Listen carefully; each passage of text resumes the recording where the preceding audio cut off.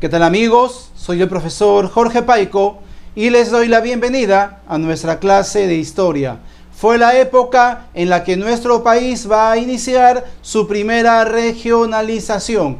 En esta clase conoceremos el intermedio temprano o también llamado intermedio inicial. Y esta clase va a ser muy importante porque vamos a conocer cómo es que después de un imperio como Chavín aparecen otras culturas que se van a distribuir por otros lugares del territorio nacional. Primero vamos a conocer un dato importante. Este periodo llamado intermedio temprano o intermedio inicial o primer intermedio también recibe el nombre de época de los maestros artesanos. Ponga atención, este periodo conocido como intermedio temprano, intermedio inicial o primer intermedio también recibe el nombre de época de los maestros artesanos por dos motivos fundamentales. El primero, porque en este periodo se perfecciona la elaboración de cerámica. Primero, porque en este periodo se va a perfeccionar la técnica de elaboración de cerámicas. Y en segundo lugar,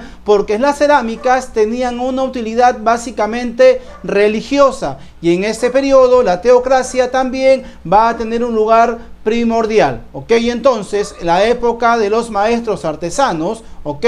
Intermedio temprano, intermedio inicial, primer intermedio o llamada también época de los maestros artesanos. Así se le conoce a este periodo. Y vamos ahora a entender lo que en la clase anterior estábamos explicando, esta periodificación desde del primer imperio que fue Chavín hasta el último imperio que van a ser los incas, ¿no?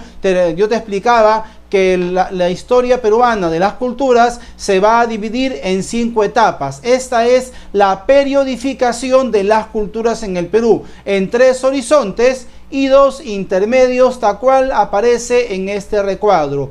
3 horizontes y 2 intermedios. Primer horizonte o horizonte temprano, en la que el imperio va a ser Chavín. También hay culturas como Paracas, como Pucará. Sin embargo, el imperio va a ser Chavín. Un imperio es aquella cultura que ejerce dominio sobre un gran territorio. Imperio, aquella cultura en la que ejerce dominio por un gran territorio. En el primer horizonte, ¿ok?, el imperio va a ser Chavín. En el segundo horizonte, o también llamado horizonte medio, el imperio va a ser Huari. Comparte tiempo con Tiahuanaco, pero el imperio va a ser Huari en el segundo horizonte o horizonte medio. Y en el tercer horizonte o horizonte tardío, el imperio va a ser el Tahuantinsuyo, la cultura inca, ¿no? En el último horizonte, tercer horizonte, o también llamado horizonte tardío, el imperio va a ser los incas con el Tahuantinsuyo. Y en los intermedios, la clase que estamos haciendo justamente el día de hoy, aparece una regionalización. Profesor, ¿qué es una regionalización? Pequeñas culturas se están repartiendo el poder, están luchando por expandirse, por invadir o por no ser invadidas. Por eso hay un dato importante, es que en los intermedios las culturas son teocráticas y militares. En los horizontes las culturas son básicamente teocráticas, dominan a través de la religión y no hay culturas que les hagan frente. Por eso básicamente van a ser teocráticas, religiosas. Sin embargo, en los intermedios las culturas van a ser teocráticas y militares. ¿Por qué? Porque están luchando o por invadir para expandirse o por no ser invadidas, ¿ok? Y si te preguntas por qué los imperios en el Perú, es fácil de entender. Chavín fue un imperio porque, siendo la primera cultura del Perú, su ciencia superó a la de otros pueblos. Además, la religión va a ser básica para su expansión. El imperio Huari fue un imperio, se considera así, porque va a ser su legado más importante, va a ser el urbanismo. Huari urbanizó, edificó ciudades. Es más, después de Huari, todas las culturas van a comenzar a urbanizar. Y el imperio de los incas es considerado un imperio por su expansión territorial. Una de las culturas más grandes de América, si no la más grande de toda América. parte de Colombia, todo Ecuador, todo Bolivia, parte de Chile, parte de Argentina, y en el Perú toda la costa y toda la sierra. Entonces esta es la periodificación de las culturas según las etapas, ¿no? 3 horizontes y 2 intermedios. Y comencemos ya ahora a conocer qué culturas se van a desarrollar en lo que estamos estudiando el día de hoy como intermedio temprano o época de los maestros artesanos. 2 culturas muy importantes, como al inicio veíamos, la cultura Nazca y la cultura Moche. Son las culturas que más van a resaltar del intermedio temprano o primer intermedio. Comencemos con la cultura Moche. Moche fue descubierta por el arqueólogo alemán Max Zülle, quien también va a descubrir a Nazca, ¿ok? Max Zülle, arqueólogo alemán, que en 1899 va a hacer los estudios y va a descubrir a la cultura Moche, la que se va a ubicar en el departamento de la Libertad, en el Valle de Moche. La ubicación de desarrollo de la cultura Moche va a ser en el Valle de Moche, en el departamento de la Libertad, al norte del Perú. En el mapa podemos observar, tomando como referencia Lima, hacia el norte del Perú se encuentra pues el Valle de Moche en el departamento de la Libertad. Su base económica va a ser la agricultura, y su agricultura fue muy avanzada gracias al riego organizado, y esto es muy importante. La zona en la que se va a desarrollar Moche es la zona norte del Perú, y esta zona se caracteriza por ser desierto. Es más, el desierto más grande del Perú se encuentra justamente al norte del país, el desierto de Sechura, en Piura. Esta zona donde se va a ubicar Moche va a ser una zona desértica. Por lo tanto,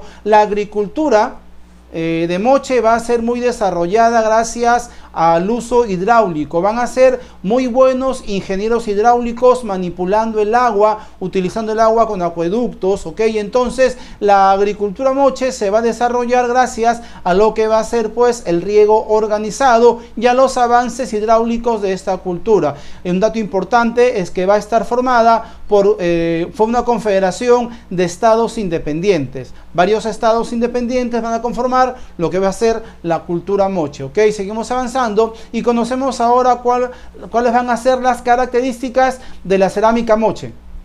La cerámica Moche, su cerámica forma globular, imitando la forma de sus dioses, la luna, el sol, ¿no? Forma globular, base plana, porque eran utilizadas no solamente en el culto, sino también algunas eran utilizadas de forma cotidiana. Base plana, asa o estribo para poder transportarlas. Bícroma, utilizaron 2 colores, el crema y el ocre. El ocre, o también llamado rojo indio, y estaban decoradas con realismo, decoraciones realistas, básicamente de animales que ellos observaban en su vida cotidiana. Y la sociedad Moche, es lo que te decía, ¿no? Fue un estado teocrático y militar, gobernado por sacerdotes y guerreros. Era una cultura que ya era parte del intermedio temprano y estaban luchando o por expandirse o por no ser invadidas. Por eso es que ellos van a estar dirigidos por sacerdotes guerreros. Y en el segundo lugar estaban los artesanos. Recuerda que los artesanos eran muy importantes porque la cerámica se perfecciona y además se hacía con una finalidad religiosa. Por algo se llama a este periodo como la época de los maestros artesanos, y en la base social pues estaba el pueblo. Y la siguiente cultura importante en este periodo va a ser la cultura Nazca. La cultura Nazca, que va a tener una sociedad también teocrática y militar. La cultura Nazca, una sociedad teocrática y militar gobernada por sacerdotes y guerreros. En segundo lugar estaban los artesanos, y en la base el pueblo, que se dedicaban a la agricultura y a la pesca. Ahora, la cultura Nazca va a ser descubierta también por el arqueólogo alemán Max Zülle. Recuerda eso, Nazca también va a ser descubierta por el arqueólogo alemán Max Zülle, y aparece en el año 100 después de Cristo, después de la caída de Paracas, ¿ok? Sobre el mismo territorio que originalmente fue de Paracas, después aparece la cultura Nazca. Es más, algunos historiadores se atreven a decir que Nazca va a ser la evolución de Paracas. ¿ok?